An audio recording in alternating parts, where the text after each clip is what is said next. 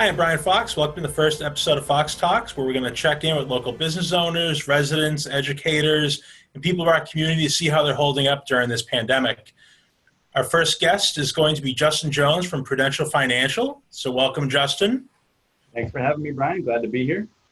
You know, Justin's a great financial advisor. I've known him for a few years now. I've met with him as both a financial advisor and also as a friend. He's helped me out for some activities I've done. He volunteered to be in the Italian Festival dunk tank while fully dressed in his work attire. True. And he raised some extra money. It looks really good while doing it. So thank you for joining us tonight. Well, I'm just happy that you're finally capitalizing on all your Wakefield fame and use. You know, I do what I can. So I guess, Justin, what led you to be a financial advisor? Like, what started you down this career path? Yeah, some of my friends and clients know this is a second career for me. So I have a computer engineering degree. I spent 11 years in the software business before getting started doing this. Spent some time out in Seattle working at Microsoft.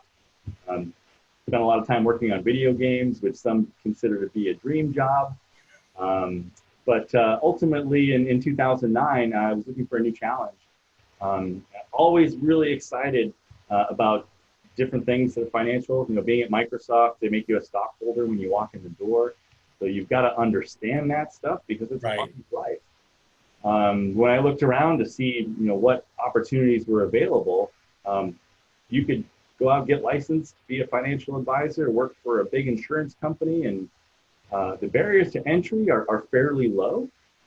My boss hates when I say that, but ultimately, it's not as hard to get this job as it is to keep it and really do right. it. Yeah, it's a tough job if you're not getting new clients or maintaining them. You know, it's one thing to pass the series tests and, get your license to do it. It's another thing to actually do the job.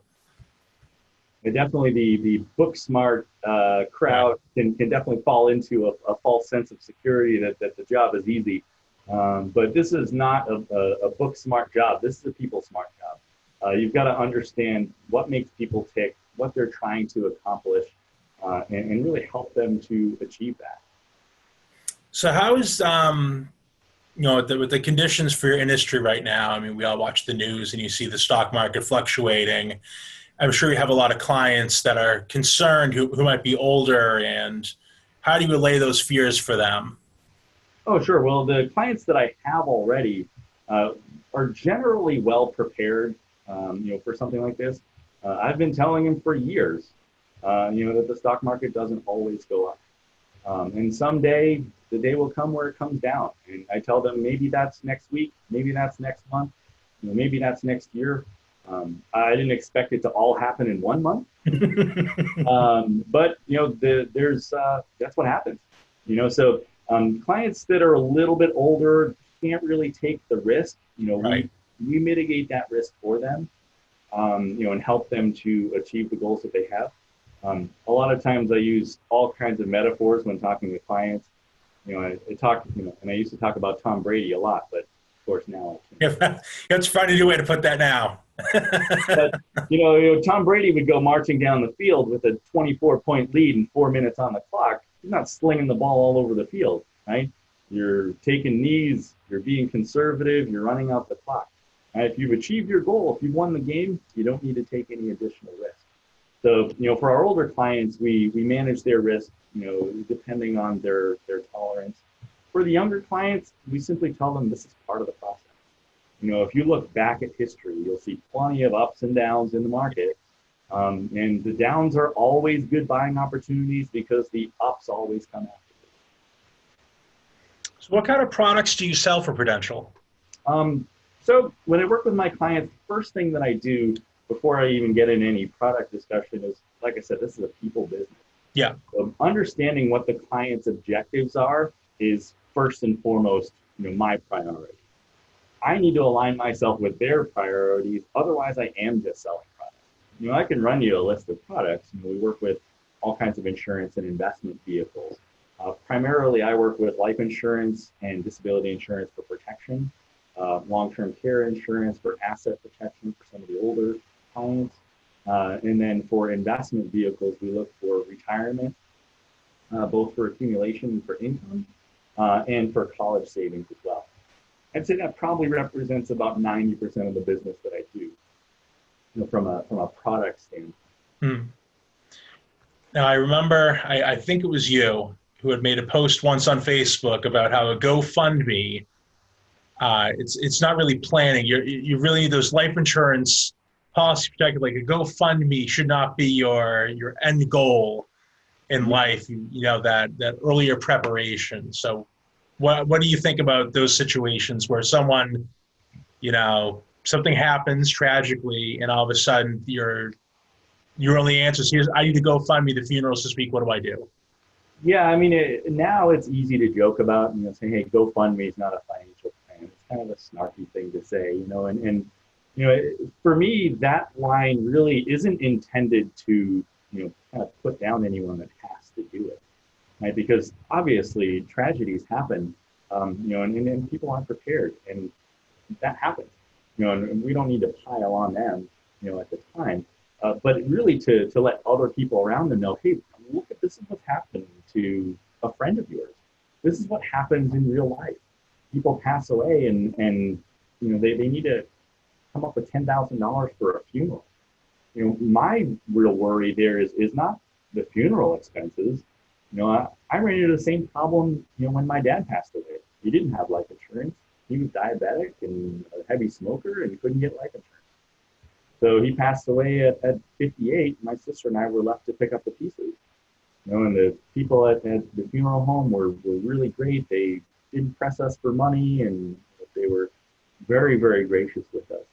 So I've been through it, and I've had the experience. Now I don't want anyone else to have that. Right? That's a painful experience. So it's not, about $10,000 for a funeral. My worry is you've got two small children. You're the breadwinner in the family, or at least an equal breadwinner is pretty common in this case. If I were to say to you, hey, Brian, if your family lost half their income, how would you make that work? I'm sure a sense of... You're in a lot of trouble. Yeah, I'm sure a sense of panic washes over you. And for the ability to solve that problem really inexpensively, it's just a matter of you thinking about doing it and getting it done. No, it makes sense. It's one of the reasons I have life insurance. So I put people in that condition.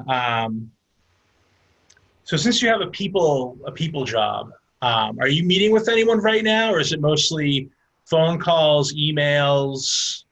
How are you dealing with those clients? Yeah, the only person that I've met on a regular basis is my girlfriend Victoria. I'm not sure she wants to see me sometimes, but I do see her on occasion. It's that and the crew over here at Market Basket and Stop and Shop. Those are the only people I get to see. I have done a couple of video calls with some clients. I found for the most part, it's unless you want to walk them through the technology. There are certainly some people who get it and know how to use it and use it every day. It's part of their job, so it's no big deal. But I don't want to be someone's IT person. If I can handle it over the phone, I handle it over the phone. We get the job done. Yeah, it's after your software engineering type work, you're kind of out of that business of setting up Zoom calls for people and walking them through it. I've been the family's IT guy for decades, so yeah. So yeah, it's tough for me because I'm a people person. You see me in the dunk tank, you see me out in the streets, at all the festivals, meeting people. I do a ton of business networking. I have a ton of friends that I refer business to. I see them on a regular basis.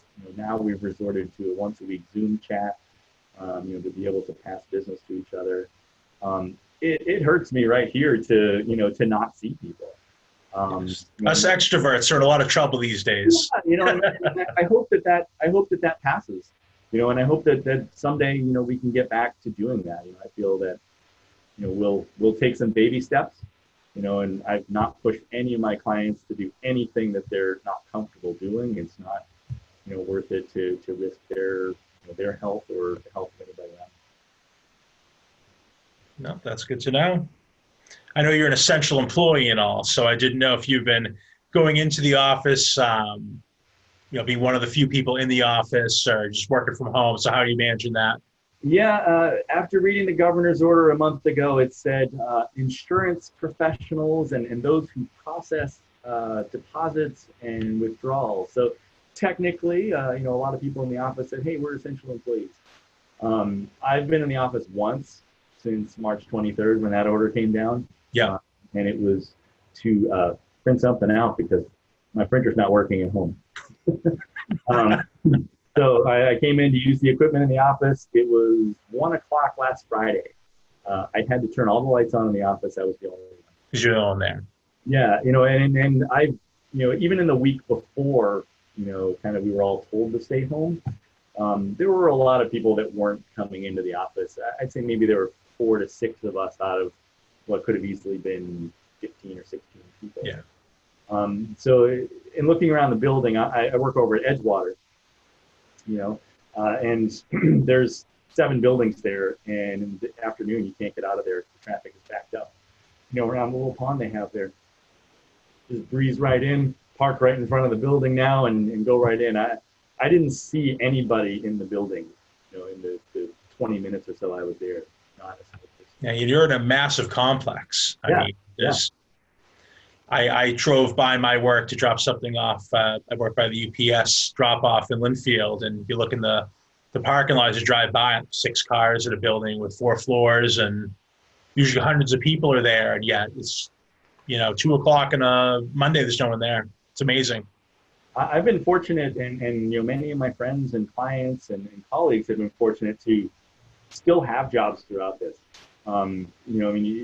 You look and it's a tale of 2 cities right now. If you're running a sandwich shop, or you have a little retail organization or an art studio, you don't have a chance right now. Right. You're maybe collecting unemployment or hopefully getting in the long line to get some of the money before the big corporations go and drain it all out. But for people in my business, I'm fortunate to be able to continue what I do, even if it is at a limited capacity. Yeah.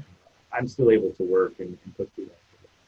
Now, I believe you're an independent contractor for them, right? So are you able to go after any of that federal money as an independent contractor, or are you kind of under the umbrella of Prudential for that? Yeah, so I have a great banker, and I have a lot of great people around me that have advised me on this. The company itself doesn't really get themselves involved in giving us any legal or tax advice, as they shouldn't. But unfortunately, that leaves us independent contractors out to kind of figure it out for ourselves. So I've applied for the PPP loan. Worst case, I figured it would get declined. Best case, I get a loan and get forgiven for the money, and it essentially becomes a grant. So for independent contractors, you're looking at about 2.5 times your monthly earnings. So that comes off my Schedule C on my tax bill. Okay. So for any independent contractors out there who take a lot of tax deductions and reduce that taxable income, that's the number that they base it on. So you would be eligible if you're an independent contractor. What I can say is talk to your banker ASAP. As we sit and talk here on the last day of April, the money's not run out yet, but the bank just reopened on Monday, for the next round of this 300. And there's a lot of places out there hurting that are going to be looking for those funds. So yeah, and even the Fed's getting it earlier than later. Yeah, for sure. Even 2.5 months of payroll. My sister runs a photography business up in Haverhill. She has a studio. She pays rent. She has employees. Her business, the springtime is a big time for her business because she photographs preschools. So they're doing their little graduation ceremonies and their spring photos, and all the little kids are out there. And those aren't happening. Yeah, I mean, half of her revenue for the year gets blown out. She's got the fall season and the spring season, and to have that money available for her made a huge difference. So with everything going on, how have you been trying to de-stress? Is it just a lot of Netflix, or is it Playing games with friends, hint, things like that. What do you have going on? Well, there have been the occasional Zoom parties where there's games with friends. I can tell you that's always a good time. Again, for the extroverts in the crowd, it's sometimes nice to just see other people's faces and be happy with it. For me personally, I've used this as a time to maybe try to increase my physical activity a little bit. At the office, our area, where the advisors sit, and the front office area are separated by a long hallway. So I'm constantly back and forth, up and down the hallway. I have my little Fitbit on. It tells me how many steps that I'm running, and it's not bad. But now it's my couch is my home office, and my Oreos are my assistant. So I really can't do without having some physical activity. So try to get a walk around the neighborhood, put the mask and the sunglasses and the headphones on, and tune out for 30 or 40 minutes and stroll 2 miles or so. I've been looking up workout videos on YouTube, kind of reminding me of being at the lake last summer with Julian and his boot camp class. I missed that. I missed the other people. So, I've been doing some of that, and, definitely gone through some Netflix. I've been through a lot of the mind-bending dramas, mostly involving time travel. Dark, Travelers, Black Mirror, those kind of things. So if you haven't watched those yet, put it on your list. Good lighthearted activity with that. Not the news, let's put it that way. I all day long, it's been interesting because all day long I sit on my couch and I've got the business news running in the back, which has given me a lot of knowledge on things like the PPP, what's going on in the markets every day, why things are going where they are. Oil turns negative by $37 a barrel. Yeah, they started giving oil away. I mean, what a great time to be alive. So, for me, it's been nice because when I'm at the office or meeting with clients, I don't have that kind of information just beamed into my head 8 hours a day. But you do have to turn the news off once in a while and just kind of focus on what you're doing, or just take some time for yourself. It's very important to find a new activity to do right now, because when you're working and it's your living room isn't meant to be your office, and it's supposed to be where you come home at night and do fun activities, and then you find yourself working from there. Or in my case right now, I'm sitting at my dining room table. I moved my work laptop away and replaced it with my home laptop in order to have this call with you. So well, I moved my whole apartment to this beautiful studio, looking over the Charles River. You can see it's a beautiful. I see, it's beautiful. It's a great view you have. Now, your normal view at your office, are you able to see the whale from the Pleasure Island Park? Or you're not the only person to have ever asked me that. I know I'm not. the Pleasure Island theme park was right there on the site, and that pond right underneath my window there was. It's right there. I've seen that pond there. From what I understand, all of the mechanics for that have been taken out long ago. It's disappointing. In the summertime, say July or August, when the water in that pond gets a little bit lower, you can see some of the pegs from the old pier where they used to load people onto the boats. And I always tell people, anyone that comes in there, I give a little plug for the Friends of Pleasure Island. I don't know exactly when it is. Usually you'll find it on their Facebook page, but do a walk every a couple times a year. It's something like every third Sunday in the summertime. Or yeah. Like that. But there's a little book, a little neighborhood book that you can see in some of the retail shops around town, like the little drugstore, on Main Street. You can find little books and they have pictures and all that stuff. That one magical decade is all that they ran there. Before they realized that the weather in Massachusetts is just not the same as in Orlando. No, the Disneyland of the East is in a little bit of trouble when it snows from November through April. So yeah, they did recently in that little pond put a little kind of sprinkler fountain in there. So it's they pretty it up a little bit. It's good. You can pretend Moby Dick is back there. Yeah. And I'm glad you're becoming a good tour guide. I mean, if you buy the book, it's an added bonus if someone goes to see you at your office, is that they get the view of the park. So for those people watching that have interest in Pleasure Island, go meet with Justin, talk about finance, and maybe get a bird's eye view of where Moby Dick was when you were a kid. Absolutely. That conference room overlooking that pond is like the biggest home field advantage I have. People are like, wow, this is a real impressive operation. It's, I work for a multi-billion-dollar company. We've got a nice little place. And they let me use the office once in a while, so I appreciate that. Because I don't think anyone wanted to meet with me in my living room. Is there room on the couch? I mean, set something up for I them. have the recliners on both sides, so it depends. Well, Justin, if someone wants to reach out and get a hold of you for more of your financial knowledge and also your park knowledge, how can they get a hold of you? Well, I mean, they can reach me through a number of different ways. And I'll make sure to have your website link up. Let's say your website, but yeah, I'm pretty active on the Wakefield community groups. Try to put some helpful information in there. I don't really try to sell my operation as much as trying to just get some information out there. If people have questions, they come talk to me. You can reach my office line, 781-451-4716. If you call that number right now, it's going to tell you to call my cell phone. I won't put that number out here, but you can get it. You can always email me as well, justin.jones@prudential.com. And then the websites, you can find me on the website. Well, thanks for joining me tonight. Is there anything else you want to add before we go? I'm just excited to have the opportunity to be on the first episode of Fox Talks before Wakefield Real A-List shows up and what's going on. When you find them, let me know, and I'll make sure to have them on too. Yeah, I mean, I'm definitely putting this on my resume as a piece of minor celebrity. So.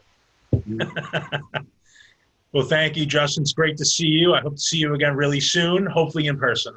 Well, Brian, good luck. I hope that is the case really soon. And at the top of the show, you mentioned talking to Wakefield businesses throughout this pandemic. I'm sure once all of this passes over, I'm sure people will still want to hear from you. So, yeah, this is one in a series of successful episodes for you. Thank you. Good to see you. Thank you. Good to see you. Bye. Have a good one.